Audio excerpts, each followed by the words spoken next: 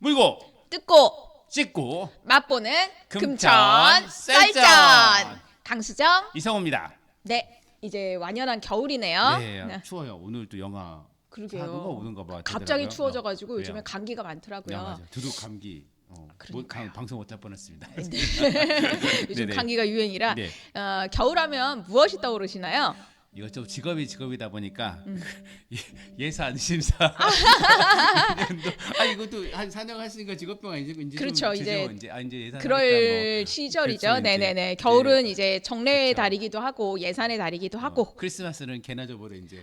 우리한테는 이제 크리스마스는 사치죠 이제. 이제 나이가 있다 보니 네 내년 정책을 알 수 있는 그쵸. 내년을 준비하는 맞아. 네, 네. 그런 달이라고 할 수 있죠. 네. 그럼 본격적으로 시작해 보겠습니다. 네. 역시 3분 안에 주저리 금천구 소식을 전하는 주저리 3분 시간입니다. 자, 그럼 준비하시고 네, 지난번에 제가 실패했죠. 네.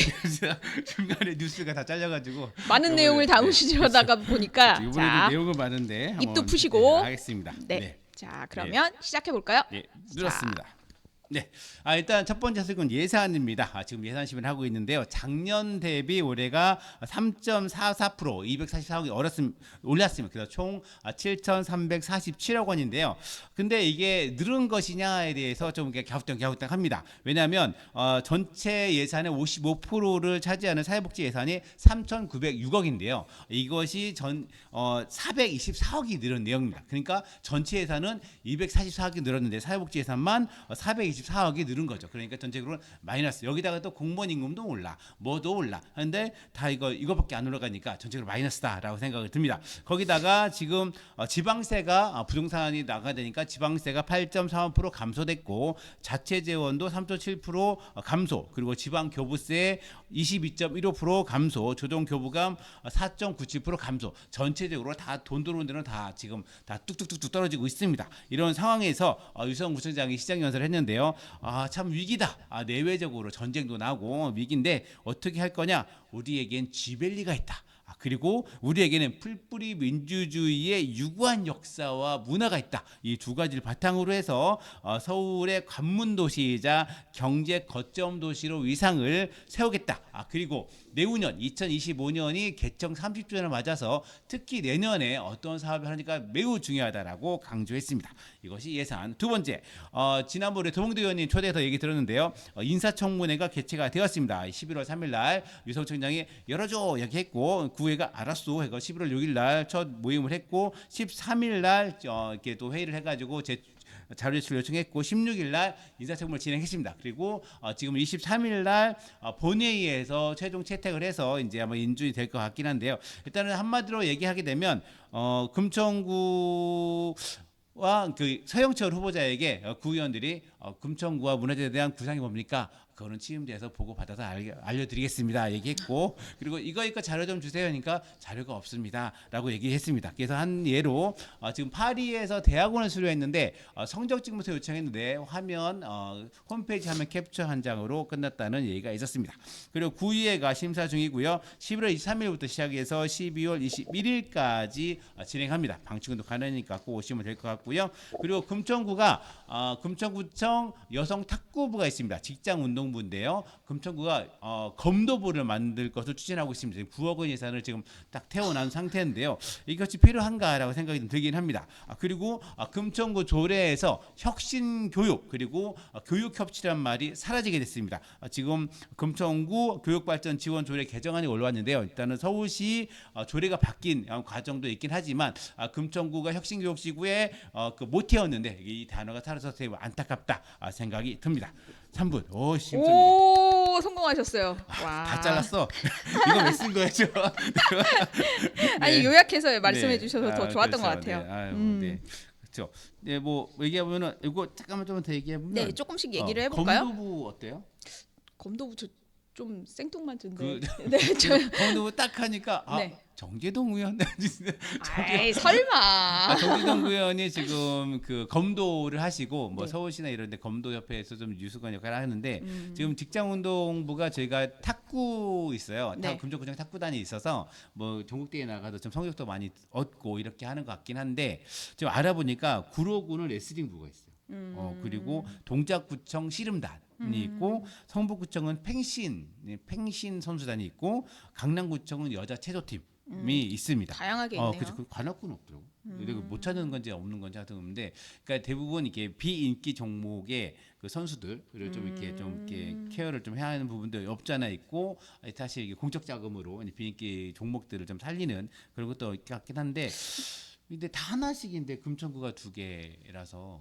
근데 그 금천구에서 직장인 운동부를 만드는 거에 대해서는 네. 뭐 반대는 안 하는데 그러려면 뭔가 예산이 문제죠. 히스토리가 있어야 되지 그쵸. 않을까요? 탁구단은, 탁구부는 사실은 히스토리가 있잖아요. 그쵸, 그때 있었죠. 네, 어떤 그리고 스토리였어요? 아이들도 지금 유소년 탁구단이 계속 성장하고 있고 그쵸. 연계로 사실은 어떻게 보면은 직장인 탁구부나 뭐 그 금천구청에서 하는 그러한 탁구부는 좀 연관성이 있다고 볼 수 있는데 검도부는 조금 그렇죠. 이게 탁구 생뚱맞은. 같은 경우는 초등학교, 중학교, 그렇죠. 고등학교 이어지고 네. 직장까지 해서 이제 다시 그렇게 해서 만들어진 건데, 엘리트 체육처럼 이렇게 네. 키울 수 있는 그런 의미가 있다고 볼 수 있는데 검도부는 처음 듣는 얘기네요. 그래서 한번 이번 9회 때 한번 이거 자세히 좀 봐야 될 것 같긴 합니다. 그 다른 위원님들이 딱 떠오르지 않아요?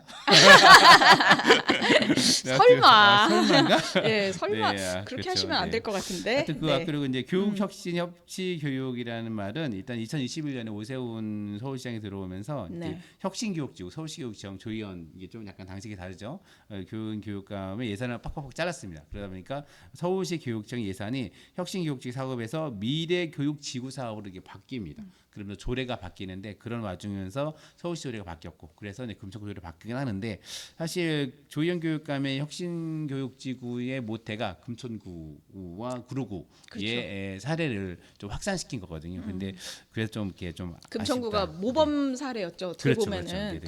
근데 저는 궁금한 게 조례에서 그 단어만 바뀐 건지 아니면 전반적인 교육에 대한 기조가 바뀌는 건지. 기조가 바뀌었습니다. 뭐냐면 단어만 원래 이렇게 교육신하고 협치교육이 그 자리했던 거에는 네. 일단은 교육복지란 말이 들어왔고 교육복지에 대한 설명이 쫙 들어가 있습니다. 그리고 미래교육, 교육협치라는 말을 사라지고 그 단어, 연관의 단어 사라지고 미래교육이라는 단어와 쭉 이렇게 연결가 되어 있습니다. 그래서 일단 두 단위, 그러니까 전반적으로 조례에서 그러니까 민간, 그 학부모, 학생 그리고 지역 여기가 협치해서 테이블이 있었잖아요. 연계되어 있었는데. 네, 근데 그 말이 사라지고 일단은 미래교육의 자원을 연계하겠다만 되어 있지. 그러니까 당사자로서 주체로서라는 말은 좀 사라진 것 같습니다. 그러니까 교육의 방향이 어떻게 보면은 조금 틀어진 거라고 네, 그런 걸로 좀 방향을 생각합니다. 선회했다고 볼 수 있겠네요. 네, 주제를 어떻게 마음에 드셨어요?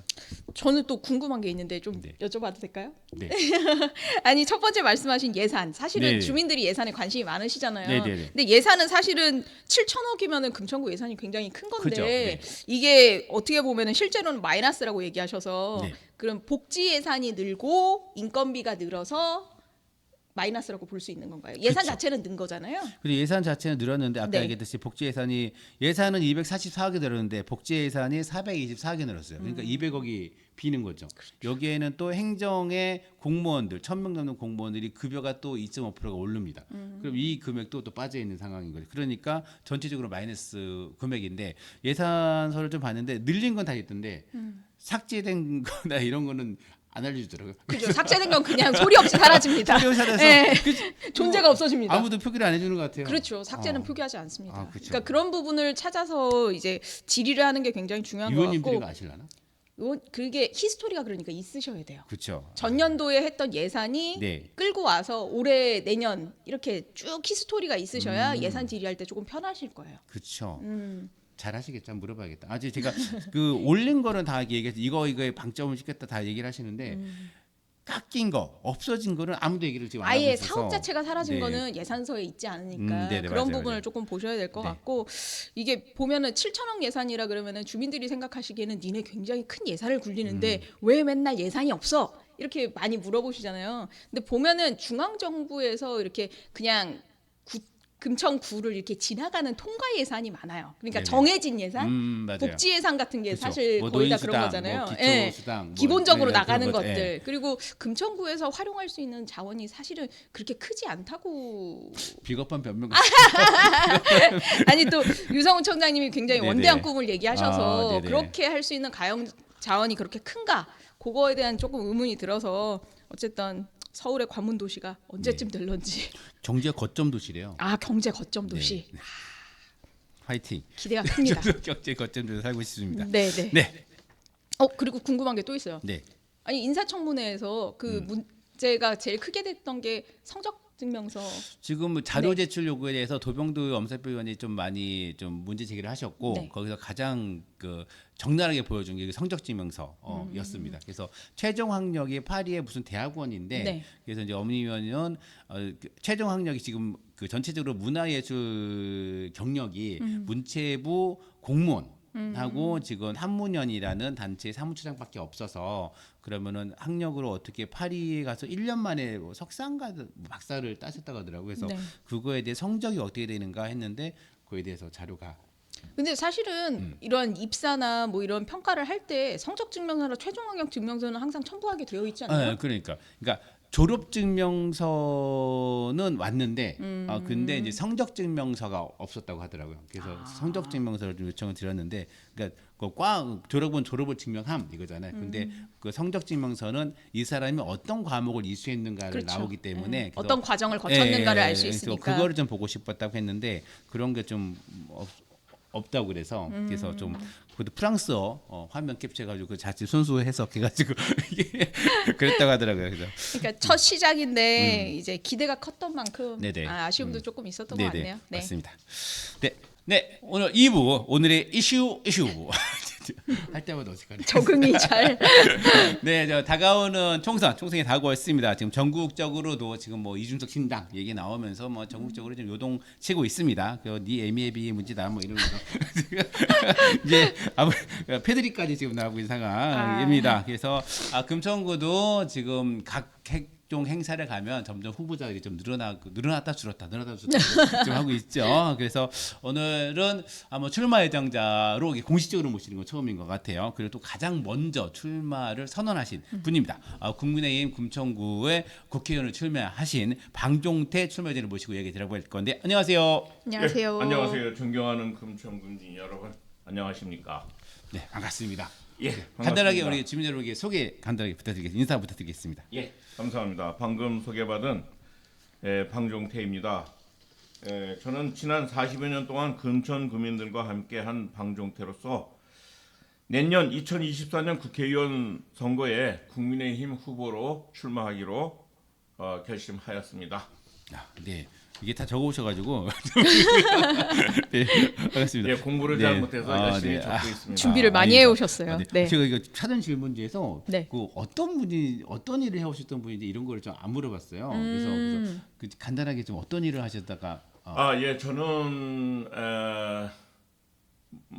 직장 생활을 조금밖에는 안 했습니다. 그 존슨앤존슨 쪽에서 하다가 주로 의학 사업 분야, 이 신약 개발 분야를 맡다가 국제적인 그 신약 개발 프로젝트 사업을 리드하는 일을 직접 사업으로 했고 그러다가 미국의 마케팅을 공부하게 돼가지고 마케팅 컨설턴트로서 오랫동안 활동을 해왔고 최근에 한 10여 년간은 도쿄에 무역회사를 설립해가지고 수출 업무, 일본에 네. 있는 건설 기계라든지 의약품이라든지 이런 거를 한국을 비롯해서 제3국에 수출하고 한국에 있는 건설 기계를 일본에 수출하는 한국으로 볼 때는 일본으로 수출하는 가장 어려운 난관인 일본에 수출하는 일을 조금 했습니다. 네, 무역 기술 무역업. 무역인 거죠? 무역업인 예, 거죠? 무역업을 네.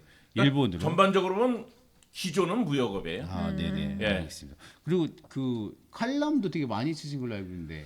예, 제가 한국에서 칼럼을 좀 쓰다가 주로 최초에는 의와 의학업계의 그 전문지의 칼럼을 쓰다가 조선일보, 중앙일보, 이코노미스트, 매일경제 등의 독자적으로 일요신문을 한 2년 썼습니다. 그렇게 쓰다가 이왕이면 일본에서도 좀 쓰자 그렇게 생각을 해서 일본에서 한 9년간 썼습니다. 주제는 뭔가요? 그냥 뭐 사는 이야기? 정치? 주로 마케팅을 주제로 해서 칼럼을 쓰는데 네. 정치 뭐 보시면 아시겠지만 다양합니다. 제가 쓰는 글의 내용은 한마디로 자팍다식하다. 그죠? 그죠? 남들은 자팍다식하다 그러는데 저는 모르니까 한 분야만 파면 여러 분야에서 두루두루 이제 예, 아시는 한 분야만 거니까. 파면 미천이 들통나니까 이것저것 쓰고 있습니다. 네. 하여튼 이렇게 보시면 이렇게 글을 보시면 칼럼니스트라고 써시더라고요. 그래서 칼럼도 많이 하신구나 싶습니다. 일단 그 출마를 준비하셨는데 예, 출마하시게 된 좀 배경이 좀 있을 것 같습니다.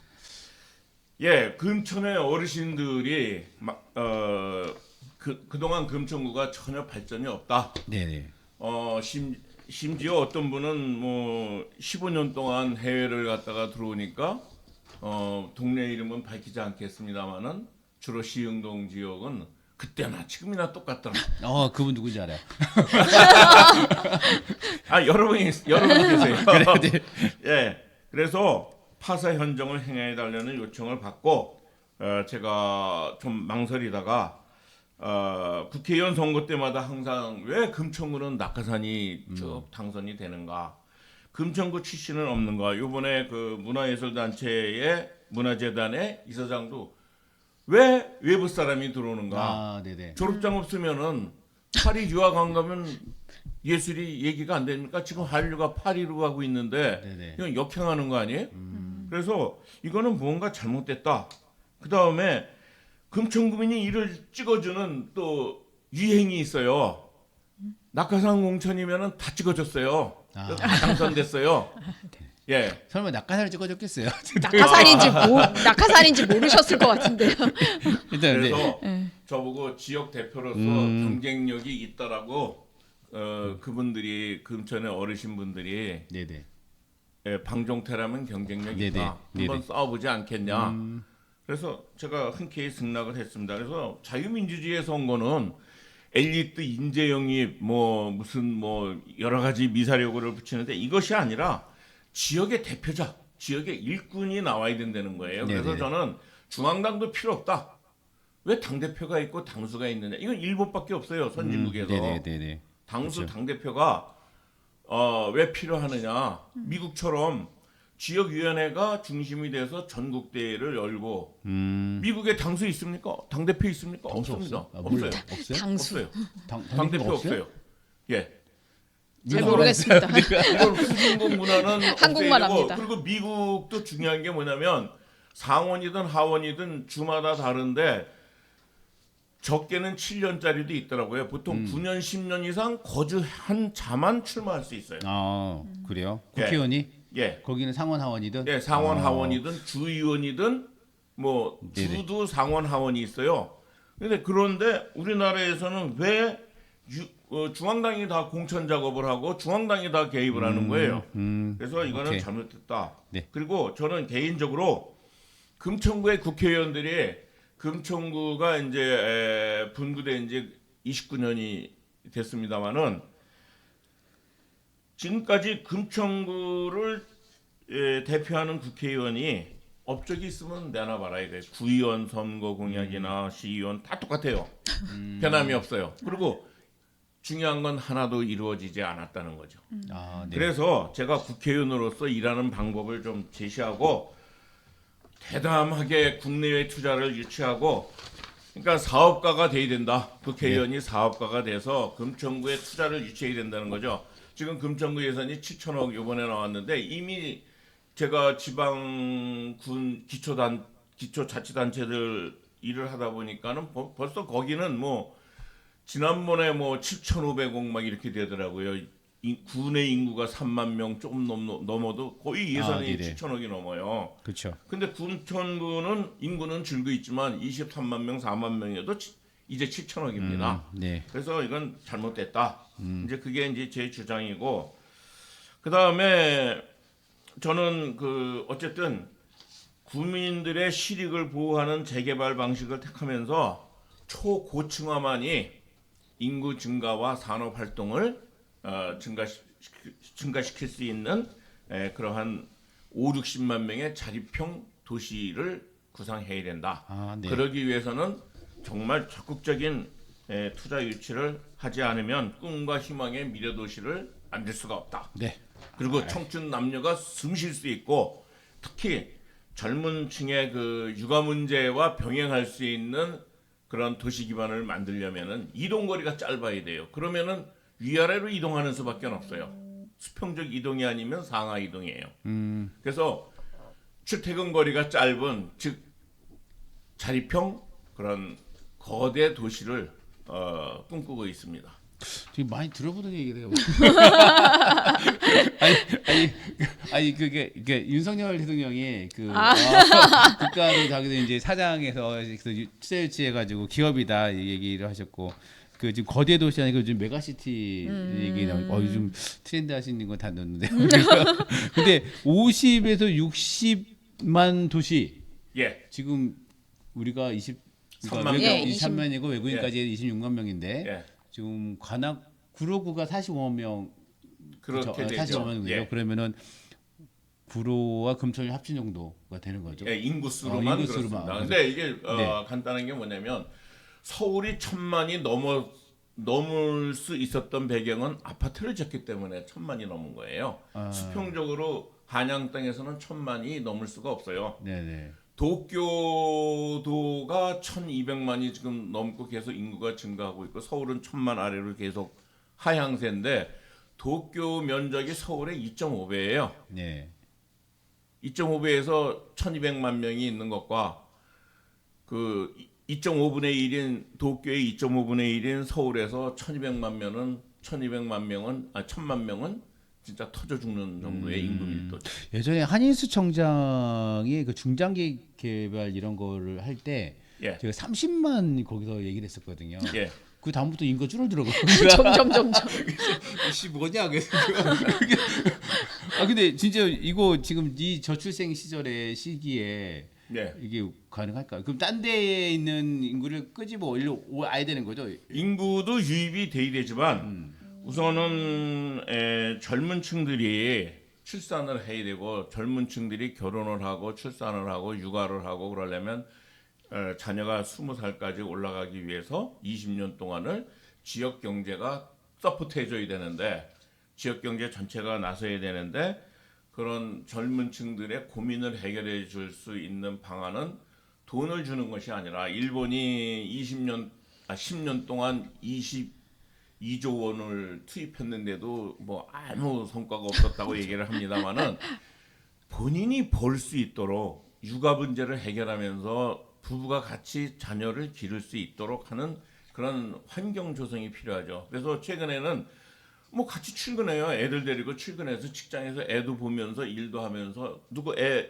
일할 때는 어떤 분이 이제 베이비시터처럼 애들을 돌본다든지 괜찮다. 이런 걸 직장에서 이거를 도입해야 되고 그 다음에 애들은 아침에 출근해야 되는데 금천구에서 저 강남구로 출근을 한다. 애가 지쳐요.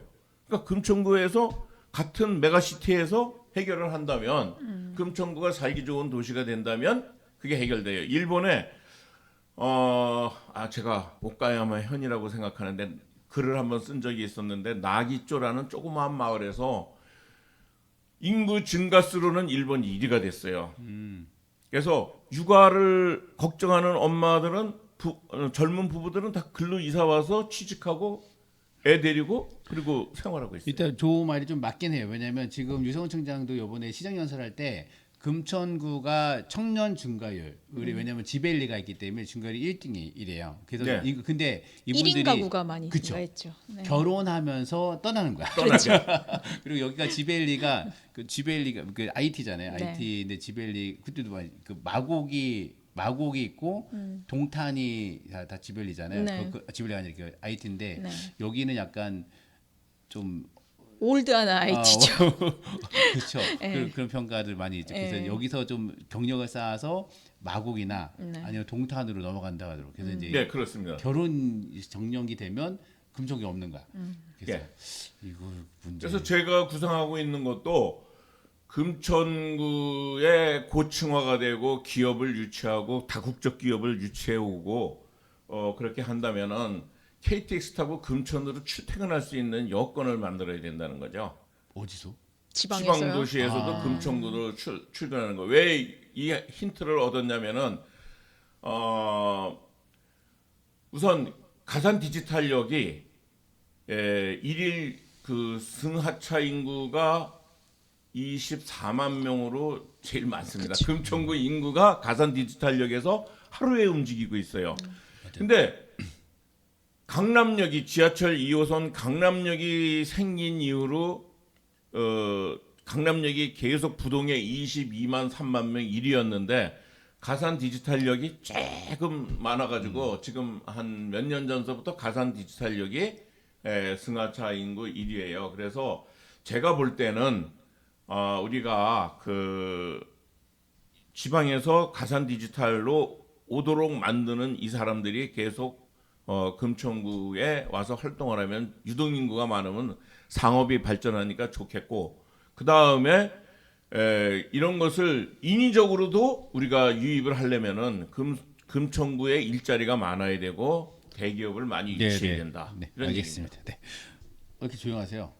말씀을 잘 듣고 있었습니다. 그랬으면 정말 좋겠어요. 아니, 이거 좀 많이 달라서 일단은 질문 하나 했는데 지금 시간이 좀 많이 가서 부상하신 게 많은 것 그렇죠. 같아요. 네. 네. 진짜 그 기존의 화법하고 좀 많이 달라요. 그죠? 기존의 정치 하시는 분들이 제시하는 화법들하고 좀 달라서 좀 약간 경제적인 측면에서 많이 네네. 접근을 하신 것 같아요. 그렇죠. 예. 그래서 이 5,60만의 메가시티를 금천구만으로의 그러니까 통폐합이 아니라 금천구만 현재 스스로 면적으로 자립 성장하는 거죠. 5,60만.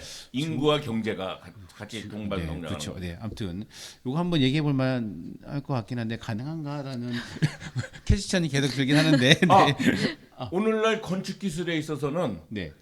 6, 70층 짓는 거는 뭐 잘 아시잖아요. 우리나라도 고층 건물 짓는 거는 세계 시장에서 여기다 60층 70층짜리 아파트를 짓자. 그렇죠. 그게 우리가 규제도 있고 그래서 가능한가요? 정치적으로 풀어야 되니까 국회의원만이 할 수 있다는 거죠. 네. 정치적으로 네, 풀어야 그래서 사실은 저 물음표가 네. 자꾸 들었던 그러면 거예요. 정치적으로 지금 네. 풀어야 그러니까 사실 규제만 금천구만 풀 수 있는 게 아니고 전체적으로 다 풀어야 되는 건데 지금 그 고도 제한이죠. 그렇죠. 고도 제한이나 사실 여기가 그 뒤에 관악산이 있어가지고 네. 여기다 올리면은 이 풍경을 제하니까 그런 풍경 때문에 금천구가 그런 제한이 제약사안이 그것도 참 이제 많아서. 고정관념이에요. 초고층 건물이 생기면은 건물과 건물 간의 거리가 엄청 커져요. 네, 그러니까 동간거리가. 조망권이 네. 좋아져요. 오히려 아파트 조망권이 지금은 성냥갑 그냥 다닥다닥 세워놨는데 아예 올라가니까. 초고층 건물 되니까 아니, 예를 들어서 그러면은 같은 면적에 10층짜리 2개 넣는 거하고 20층짜리 하나 넣는 거하고 그 얘기잖아요. 근데 들어오는 인구는 똑같잖아요. 아까 이걸 올려가지고 인구를 늘리겠다는 건데. 그렇지만은 고층 건물을 짓게 되면은 네. 전체적인 용적률이 올라가죠. 그러니까 지금 우리 이 기자님이 얘기하신 거는 그 한 부분에서 10층짜리 2개를 갖다 이렇게 올렸다 그러면 네. 20층 하나만 세우는데 이게 아니라 더 올라가야죠. 어... 건축 기술이 발달해서 50층, 100층 이렇게 쭉 올리신단 그렇죠. 말씀이죠. 예. 그래요. 그렇게 올라가야죠. 그러니까는 용적률이 올라가니까 조망권은 더 좋아지고 그 다음에 그 주거 인프라는 더 나아지죠. 조망권이 좋아질까? 하여튼 롯데타워가 103층. 예, 대략 103층이죠. 그렇습니다. 그렇죠. 약 지상에서 500m인데 네. 그렇게 되면은 그 롯데타워 인근에 2개만 줘도 그 면적에서 과거에 25층, 35층 아파트가 갖고 있는 거에 몇 배의 그 용적률이 있죠. 흡수율이. 이거 약간 그 미래 도시 지금 나올 때 국제는 이렇게 바뀌고 그렇죠. 있어요. 큰 막 예. 빌딩 중심으로 일본도 해서. 이렇게 바뀌고 있고 이미 네네. 네덜란드나 이런 데도 이렇게 바뀌고 있고 뉴욕은 뭐 이미 시작했고요. 두바이도 이거 그렇죠. 한다잖아요. 두바이도 무슨 예. 이렇게 생긴 거 길게 예예 그 야자나무 예.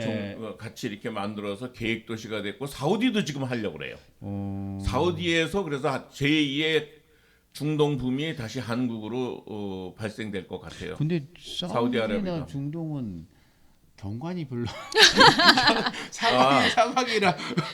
근데 저희 사실 그렇게 건물을 들어와서 지려면은 금천구가 그만큼 매력적인 지역이어야 되는데 건물을 지으면서 그 건물 자체가 매력이 되죠. 그렇게 그 높은 건물을. 말죽거리가 금천현의 변방이었었어요 예전에. 그렇죠. 조선- 금천현은 금천현의 시흥현이 아주 시흥현의 그 변방이었는데 지금 말죽거리는 천지개벽을 했지 않습니까? 뽕나무 맛이었는데. 네, 하여튼 뭐, 네, 여기서 5, 60만 해서 첫 질문 아직까지 이거 지금. 어우, 생각만 해도 네, 그냥 넘어갑시다. 좋네요. 넘어가서 일단은 네. 제가 질문을 몇 개 드렸었는데. 첫 번째 질문에서 네, 그래서 네. 일단은 그러면 한국 사회에 대한 평가에서 일단 그럼 가장 큰 이슈가 뭐냐? 그리고 지금 뭐가 좀 준비돼야 되냐? 요거 좀 저희가 좀 질의 드렸는데요. 네. 좀 가장 큰 우리 한국 사회의 이슈 좀 뭐라고 생각하십니까? 현 시점에서 가장 큰 문제는 뭘까요? 예, 저는 크게 한국이 국제적으로 놀랍게 지금 대우를 받고 있어요. 트럼프 대통령 때 G8 국가에 넣어주려고 했는데 G7에서 서방 선진 국가 그룹에서 G7에서 한국을 추가해서 G8을 넣어주려고 했어요. 문재인 정권 때. 네네. 그랬는데 일본, 독일, 프랑스가 반대를 했어요. 그러니까 트럼프도 한일 관계가 뭐 그렇게 썩 좋지도 않으니까 그냥 그만뒀거든요. 그래서 저는 이 G7에 들어가고 안 들어가고 차이는 트로트 7에 들어가고 트로트 7에 못 들어가고 차이라고 봅니다. 트로트 경연대회에서 네, 트로트 경연대회에서 미스터든 미스트롯이든 미스트롯 7등 안에 든 사람은 그야말로 크게 성공을 했고 그렇죠. 8등인 사람은 뭐 8등이나 9등이나 뭐 30등이나 뭐 슈퍼스타 K3에 들어오냐 예. 아니면은 7에 들어오냐 그 10에 한계선에 들어오냐 이거 올림픽 금메달 올림픽 경기에서 올림픽 게임에서 3등과 4등과의 차이는 너무 서열주의 아닙니까 이거 지금? 그러나 현실은 어쩔 수가 없어요. G8 국가가 누리는 G7이 누리는 혜택과 G8이 누리는 혜택이 다르다고 혜택이 봅니다. 뭐가 있어요? 대단하죠. G7 국가가 모이면 그 사람들끼리 모여서 뭐 여러 가지 세계적인 일을 다 결정하잖아요. 우리가 독도 문제라든지 이런 것도 어떻게 보면 그런 세계적인 리더 국가가 못 됐기 때문에 독도가 한국 땅이다라는 거를 한 줄만 명기해도 되는데 그 당시 아무도 샌프란시스코 강화조약에 참여한 사람이 없었기 때문에 결국 오늘날 이렇게 대우를 받듯이 G8에 들어가는 것과 서방 선진 그러니까 선진 국가 7에 들어가는 것과 못 들어가는 것 차이는 저는 전쟁 억지력도 관계가 있다고 봐요. 네, 일단 경제력도 그렇고. 알겠습니다. G8 가입에 위해서 일단 정치력을 좀 국제 정치를 높여야 되는데 예. 그래서 이거를 하기 위해서 지금 저는 윤석열 대통령이 뭐 툭하면 해외 나간다, 해외 순방이다 그러는데 너무 나가는 거 아닙니까 지금? 너무 나간다 그러는데 저는 그 초청받는 것도 능력이라고 보는 거예요. 초청해서 제가 나가요? 직장 생활할 때 네. 제가 직장 생활할 때 사람들이 저보고 부럽다는 얘기를 많이 해요. 툭하면 나가니까 해외로 나가니까 그리고 이제 제 사업이 도쿄에 차리고 보니까는 도쿄에 설립을 하니까 법인을 설립하니까 그냥 출퇴근을 도쿄로 하는 거예요. 뭐 그런데 지금 윤석열 대통령은 그러니까 불러주는 곳이 있다는 거는 엄청 큰 거죠. 이거 불러줘서 가는 거예요? 예, 초청이야? 예, 초청이죠. 그래요? 군대 생활할 때 제가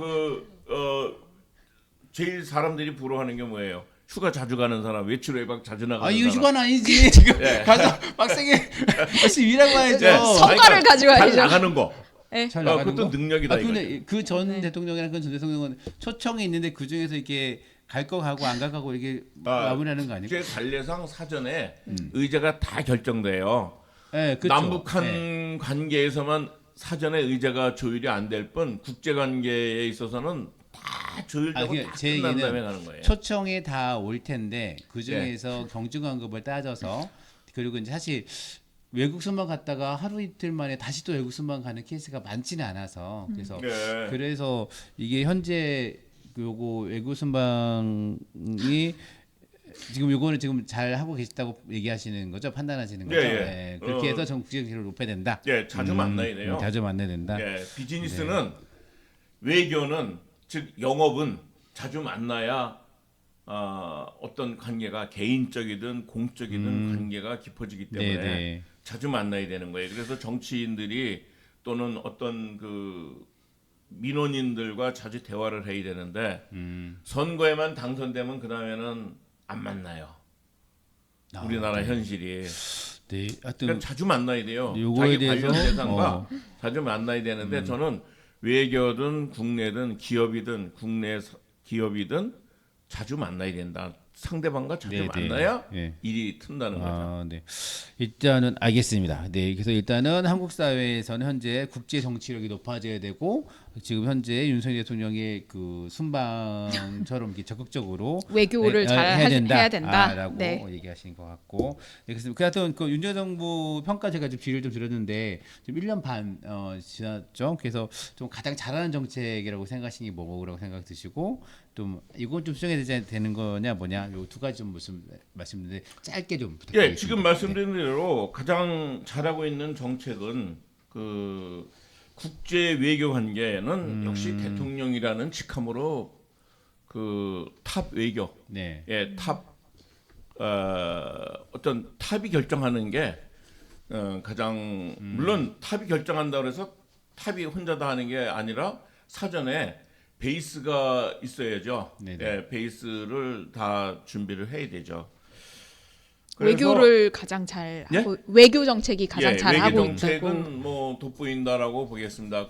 그렇게 가기까지는 이미 외무부라든지 관련 부서들이 외국과 많은 조율을 했다고 봐야 돼요. 네네. 빙산의 일각이에요. 대통령이 외국 원수들과 만나는 거는 빙산의 일각이에요. 그러니까 얼마나 많은 그 밑에 하부 조직들이 이미 교섭을 했는지 상담이 이루어졌는지 기반 조성이 됐는지를 알 수가 있습니다. 네, 알겠습니다. 그래서 저는 이거를 어떻게 이야기 드리냐면 요새 큰 소나무를 갖다가 이식을 많이 하는데 계속 말라 죽어요. 10년 가면 다 말라 죽어요. 그거는 왜냐면 뿌리 정리를 못 하기 때문에 그래요. 그래서 우리는 나무 이식을 하는 기술이 없어요. 이목 기술이. 그래서 저는 이 얘기가 주제가 벗어나는 것 같다고 생각하지만은 800년 된 그 시흥동 은행나무도 저는 이식할 수 있다라고 하는 거죠. 스페인이나 이 지중해 연안에 있는 올리브나무 1000년, 1500년 된 올리브나무를 일본에는 갖다가 이식해가지고 올리브 열매가 열려요. 그래서 국내도 조사해 보니까 태안에 수목원에서 700년 된 올리브나무를 이식을 했는데 아직 열매는 제대로 열리지 않았다고 그러더라고요. 살아내는. 이식이 800년 된 은행나무 은행을 따서 심으면 되는 거 아니에요?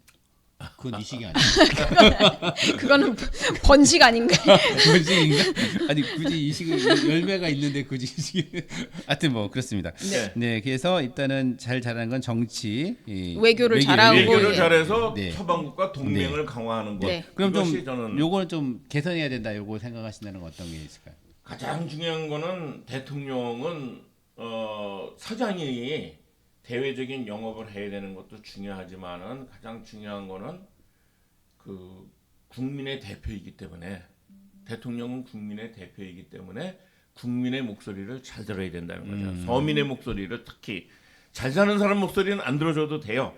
알아서 잘 해요. 요즘 너무 잘 되는 거 아니에요?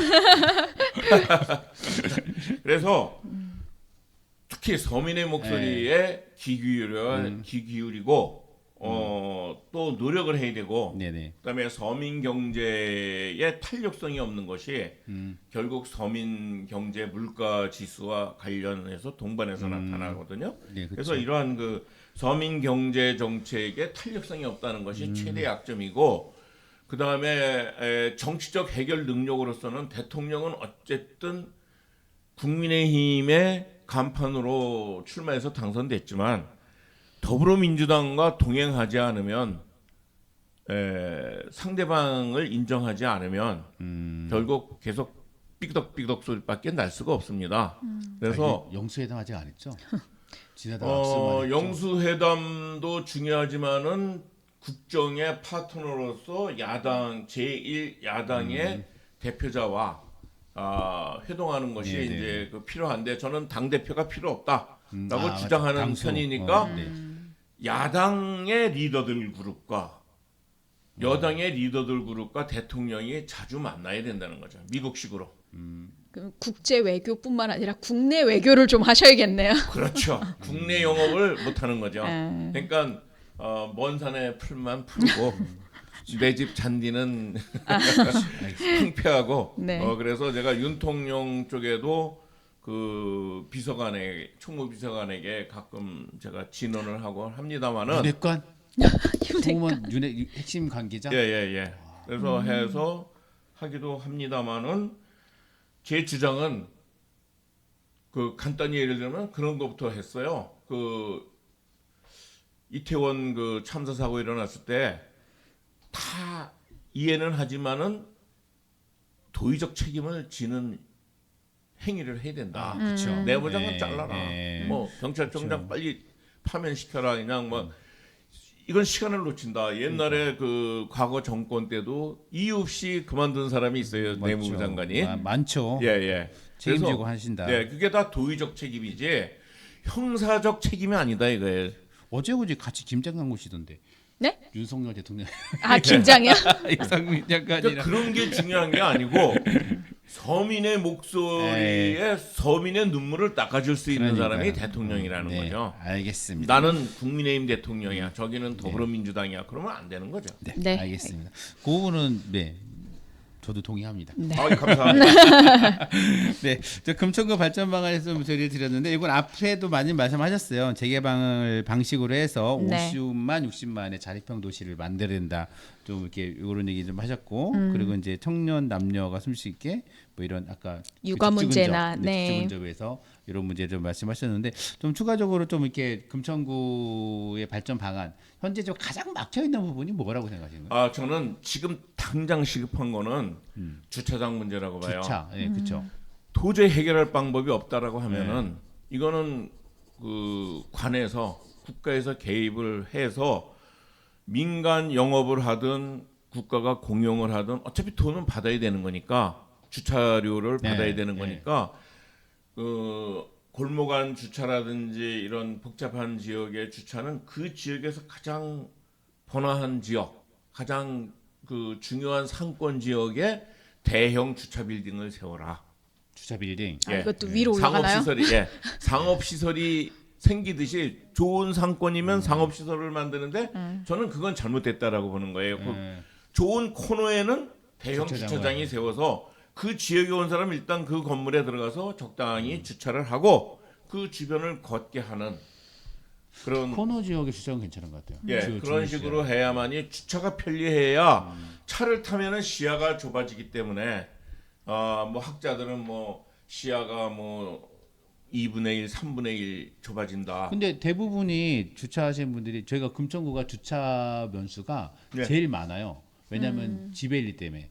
그것도 다 주차 대수로 포함되니까 그 주차장 그 건물에 있는 그러니까 근데 저녁에는 텅텅 비고 그렇죠. 주말에도 텅텅 비고 그러니까 저녁에는 주택가 골목이 문제고 골목이 문제인 거지. 그렇죠. 그러니까 이제 여기 시흥동 홈플러스나도 원래 저녁에 개방을 한번 했었는데 이게 사람들이 그 주변에 딱 하는데 여기 좀 깊숙한데 시흥 5동이나 시흥 4동 이런 데 마트가 없잖아요. 그러니까 거기까지 걸어가기가 싫으시더라고. 그러니까 못 가죠. 그러니까 거기 있는 분들이 이제 주거지에 그쵸. 특히 저층 주거지 저층 주거지가 문제죠. 그렇죠. 네. 그래서 그거 그 어렵잖아요. 저층 주거지에서 가장 번화한 자리, 사람 통행이 많은 곳에 초고층 주차 타워를 세워서 주차장을 건립하고 건설하고 그것을 공동으로 이용할 수 있게 적어도 500m권역에 들어가면 1km 사이에 있는 사람을 다 흡수할 수 있거든요. 이쪽에도 하나, 저쪽에도 하나 500m 원을 그리면 다 커버가 되거든요. 이게 사실 주차장 하나 만드는데 한 2억 요즘 최근에 2억 정도 들어요. 1억이라고 들었는데 2억이 1억은 됐어요? 그때 2000 옛날이군요. 땅값이 올랐어요. 아이고. 땅값이 많이 그래서 올랐습니다. 국가가 복지를 추구하는 것도 여러 가지 방법이 있지만 금천구가 시급한 거는 이 주거 지역의 주차장을 해결하지 않으면 비싼 돈으로 도로를 만들어 놓고 거기다가 금급구 주차를 하고 있단 말이에요. 맞아요. 그거는 2억보다 더 비쌉니다. 도로면에 세운 주차장은 주차장용 비용보다 한 2배 정도 비싼 걸로 알고 있어요. 네, 아무튼 뭐 주차 문제가 지금 가장 시급하다. 금천구에서 주거지 이런 문제를 해야 된다라는 뭐. 근데 이거 유성원 총장이 이런 고민 한번 했다가 그다음에 얘기를 없이더라고. 정운단지 지하에 네. 그의 대형 아파트 밑에 주차장처럼 대형 주차장을 1,000대 정도 될 수 있는 거를 한번 했다 했는데 내가 들었는데 그 다음부터 얘기를 안 하시더라고요. 근데 지하 시설 파는 거는 현대에서는 금기는 아니지만 기피하고 있는 형상에 자꾸 위로 올라가요. 아, 그래서 지금 최근에 금천구에 빌라 지으면은 지하실 안 팝니다. 반지하도 없습니다. 그렇죠. 반지. 왜냐하면 관리 비용도 비싸고 지하실은 그냥 파는 게 더 예, 나을죠. 그리고 한때 지하 도시가 유행했었어요. 90년대, 80년대 말에. 그래서 저도 지하 도시를 좀 공부를 했는데, 근데 결론은 지하 도시는 유지 관리비가 비싸다. 그래서 요새 지하 도시는 한 번 파면은 바꾸기도 힘들어요. 그리고 네네. 오래되면은 냄새가 나고 그래서 유지 관리도 어려워요. 그래서 요새는 지하실보다는 네. 지상으로 자꾸 올라가는 추세고 그라운드 제로가 점점 올라가요. 네. 그리고 또 거기에는 그라운드 제로가 올라가는 거는 뭐가 문제냐면 도시화되면서 제가 금천구 여기 처음 살 때는 비포장이었었어요. 잠시만. 그라운드 재료가 뭐예요? 그러니까 이 표면, 표면, 지표면, 지표면, 네. 해수면, 해수면은 해발이고, 네, 해발이고, 지면. 네, 지면. 지면인데 네네. 이거를 올릴 수밖에 없는 게 그 도로에서 그 빗물을 흡수를 못하니까 전부 몰아서 한 번에 쫙 흘려버려요. 그러면 네. 저층지대는 수재가 나는 거예요. 네. 예상치 않게. 네. 치산치수를 잘했다고 자부하는 순간에 수재가 나요. 선진국에서도. 네. 그 이유가 뭐냐면 치산치수를 잘해가지고 제방 제대로 쌓고 노면 포장 다 해놓으니까 물이 어디로 가요? 그냥 흘릴 수밖에 없어요. 그게 지하수로 스며들면서 흘러가야 되는데 네. 이걸 일시에 흘려버리니까 저층지대가 그렇죠. 수재가 나는 거예요. 네. 그러니까 그라운드 제로를 위로 올려서 밑에 여러 가지 저류조라든지 네네네. 지금 시흥호동에 빗물 저류조를 만들었는데 위치가 좀 애매하다. 제가 이렇게 주장하고 있는 네, 거예요. 네. 알겠습니다. 올리려면 좀 더 밑으로. 3분 응선, 4분 응선에 올리든지 네네. 아니면 하부로 내려갔어야죠. 그런지, 어중간하다는 말씀이신 예. 거죠? 예. 올리면은 미리 가서 커버를 하든지 수비할 때 압박 수비를 하든지 산 어느 정도 중턱으로 올라가든지 아니면은 하부로 빗물 모이는 곳에 임시 조류조를 만든다든지 네, 이렇게 알겠습니다. 네. 네, 이제 그 마지막 최근에 지금 지난주죠. 그 강성만 지금 국민의힘 지역위원장이죠. 예. 해서 위장 조짐 문제를 제기하면서 기자회견을 했습니다. 이거 좀 간단하게 좀 말씀해 주시면. 네. 그 미국의 그 닉슨 대통령의 워터게이트 사건은 대단히 유명합니다. 그 도청 장치로부터 시작돼 가지고 그 도청 장치가 촉발이 됐는데 결국 닉슨이 뭐 말장난으로 넘어가니까 워싱턴 포스트 신문만 유일하게 말도 안 되는 소리다 그래가지고 집요하게 파헤쳐서 그 닉슨 대통령이 거짓말을 했다. 그래서 너는 거짓말쟁이다. 그래서 결국은 하야를 시켰습니다. 그런데 이 강성만 위원장은 7년 동안 금천구민에게 나는 금천구에 살고 있다. 그래서 어디 사느냐? 어디에 살지요? 어디에 사느냐? 그러면 어디에 살지요? 공개해라. 못한다. 그러다가 최근에 그 주소를 파헤쳐 보니까 그 부동산 등기를 보니까 뭐 저의 오피스텔에 8평 오피스텔에 약 7년 이상 지금 주민등록이 돼 있어요. 주민등록법상 주민등록이 돼 있어요. 그래서 거기에 살고 있느냐 그랬더니 부부가 같이 살고 있다. 8평 오피스텔에 네네. 부부가 같이 살고 있다. 개연성이 없다라고 반문을 하자 전혀 자료를 안 내놔서 최근에 생활인프라인 가스 계량기를 조사해 보니까 7년 동안 사용한 게 27 입방미터예요. 비어 있었다는 얘기인가요? 예, 보통 오피스텔 제가 가지고 있었습니다만은 금천구에서 사무실로 썼는데 샤워도 안 하고 요즘 오피스텔은 또 인덕션이니까 가스를 안 쓰고 보통 온수나 샤워나 뭐 그런 정도인데 저는 그렇게 하지도 않았는데 약간의 난방만 좀 했을 뿐인데도 한 달에 30 입방미터 정도가 나와요. 네네. 그래서 알아보니까 보통 30에서 50 입방미터를 쓴다고 그래요. 그런데 7년 동안 27 입방미터를 썼어요. 그러면 한 바퀴 도는 거 아니라 메타기가 가스 계량기가 한 바퀴 도는 게 아니라 한 바퀴 돌았으면은 99,999 입방미터를 지나서 27이 되면은 10만 26 입방미터를 써야 되는데 7년 동안 이런 숫자를 쓸 수가 있느냐? 오피스텔에서. 근데 이게 가능한 숫자인가요? 아니 근데 뭐 이게 이거는- 조사가 돼요? 7년 동안 이런 그게 게? 조사가 돼요? 연간은 알겠는데 7년 동안 그러니까 자료가 어떻게 있죠? 그러니까 그때 기자회견에는 그 가스 얘기는 안 하셨잖아요. 예, 안 했는데 이 자료는 입수했는데 네. 제가 이제 더 보강해서 밝히려고 네네. 이제 질문을 하려고 그래요. 가스 메타가 이것밖에 안 나왔는데 그동안 쓴 가스 메타를 공개해봐라. 전기 메타를 공개해봐라. 수도 메타를 공개해봐라. 의혹을 받고 있으니까 공적으로 공인이라고 한다면은 이것은 일단 그때 예. 얘기하시는 일단은 주 거주지는 강서구. 예, 그렇습니다. 이렇게 4인 가족이 살고 있고 여기는 그냥 살지 않고 주소만 되어 행정적 있다라고 주소만 올려놓은 즉 시작하시는 거고. 근데 지금 강 위원장은 일단 7년간 금천구에 활동을 하기는 맞아요. 그죠? 낮 시간에. 근데 낮 시간에 주장하시는 낮 시간 활동하고 밤에는 강서구 같다. 예. 이런 것인 거죠. 예. 그러니까 근데 지금 강 위원장은 저도 한번 기자회견하고 물어보니까 네. 여기 살았다. 살았다. 딱 얘기하더라고요. 되게 살았고 뭐 초본 때보면 다 나오는데 그 초본이야. 그게 위장 전입니다. 초본은 그렇죠. 위장 전입니다. 그래서 하시는 위장 거고. 그래서 그 얘기다. 그래도 강 위원장님은 말도 안 된다. 뭐 이런 얘기를 하시더라고요. 예, 그러니까 말도 안 되면은 반증 자료를 내놔야 되는데 네, 네. 지금까지 반증 자료를 한 건도 제출한 적이 네, 없고 네.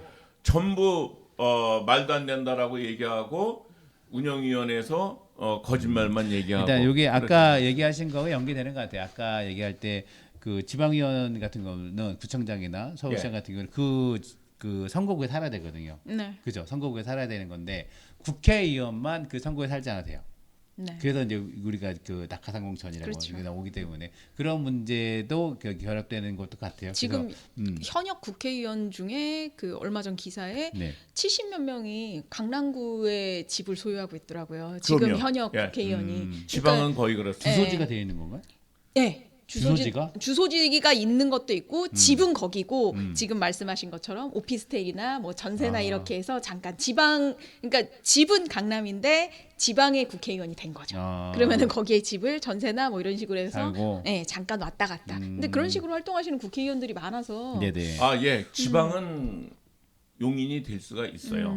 제가 아는 분도 전남 지역에서 활동하는 분이 있었는데 집은 그 자기 고향집이고 네네.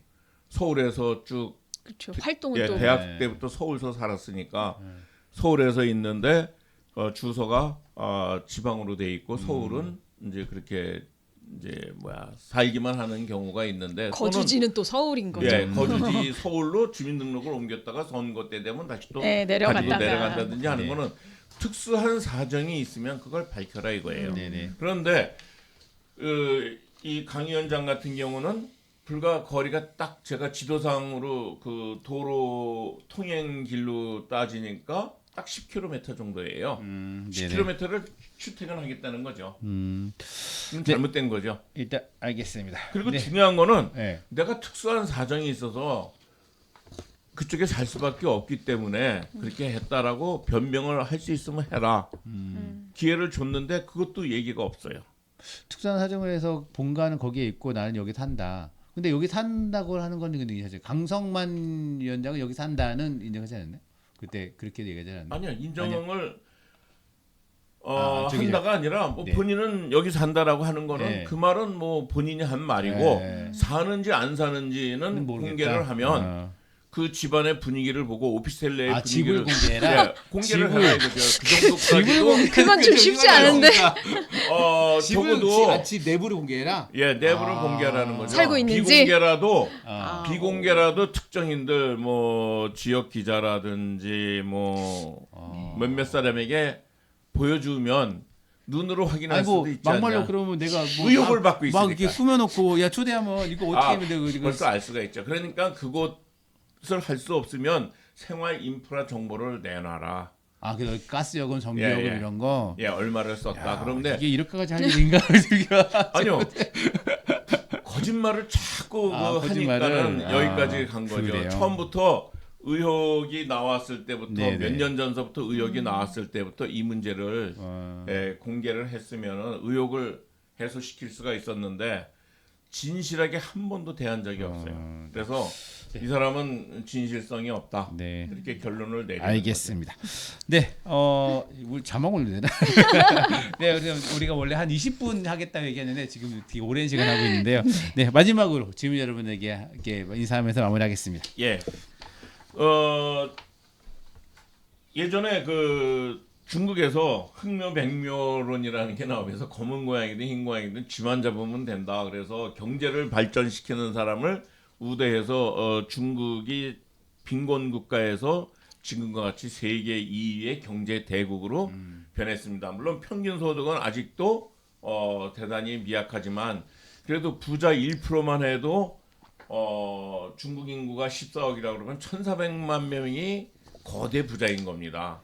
그렇듯이 우리도 국민의힘을 지지했던 더불어민주당을 지지했던 이제는 금천을 중흥시켜야 된다. 금천의 중흥, 부흥, 중흥 발전을 시키지 않으면은 우리가 미래 사회를 꿈꿀 수가 없다.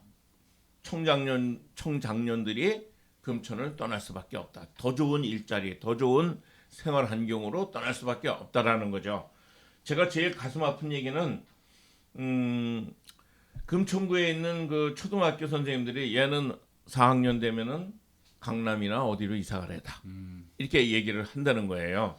저는 그게 가장 아프고 금천현 시흥현의 끝자락인 서초동 말죽거리가 지금 천지개벽이 됐듯이 금천구를 중흥시킬 수 있는 견인차를 저는 꼭 뽑아야 된다. 그리고 저는 여러분들이 기대하실 수 있는 금천구를 견인할 수 있는 능력을 준비하고 있다. 이렇게 말씀드리겠습니다. 네, 알겠습니다. 일단은 지금 국민의힘이 어제 뉴스로 뭐 이게 현재 당협위원장, 뭐 현역이든 원내든 이에 대해서 뭐 이런 그 심사를 뭐 통보했다. 뭐 네. 30몇 %인가 했다는데 평가 작업이 끝났다고. 평가 작업이 네. 지금 사실 더불어민주당도 많이 비슷하게 지금 네. 진행이 되고 있는 것 같아요. 그래서 뭐 총선을 위해서 양당하고 뭐 지문정들도 하나하나씩 밟고 나가고 있는데 이제 좀 더 앞으로 좀 다양한 사람들이 나올 것 같고 다양한 시각으로 금천구나 그러니까 한국 정치에 대해서 얘기할 것 같습니다. 혹시 마무리 뭐 사실 여기 아니, 오늘 방정철 선생님한테 네. 좀 다른 시각으로 좀 금천구를 보는 거를 조금 들어서 흥미로웠던 것 같아요. 네. 네, 감사합니다. 네, 알겠습니다. 저는 뭐 준비된 건 더 많이 있습니다. 알겠습니다. 네, 그럼 오늘 11월 29일 설정 이렇게 마무리할까요? 네. 네, 이렇게 마무리해서 오늘 감사하셨습니다. 말을 꼬이네. 감기 오늘- 조심하세요. 네, 수고하셨습니다. 예, 감사합니다. 네.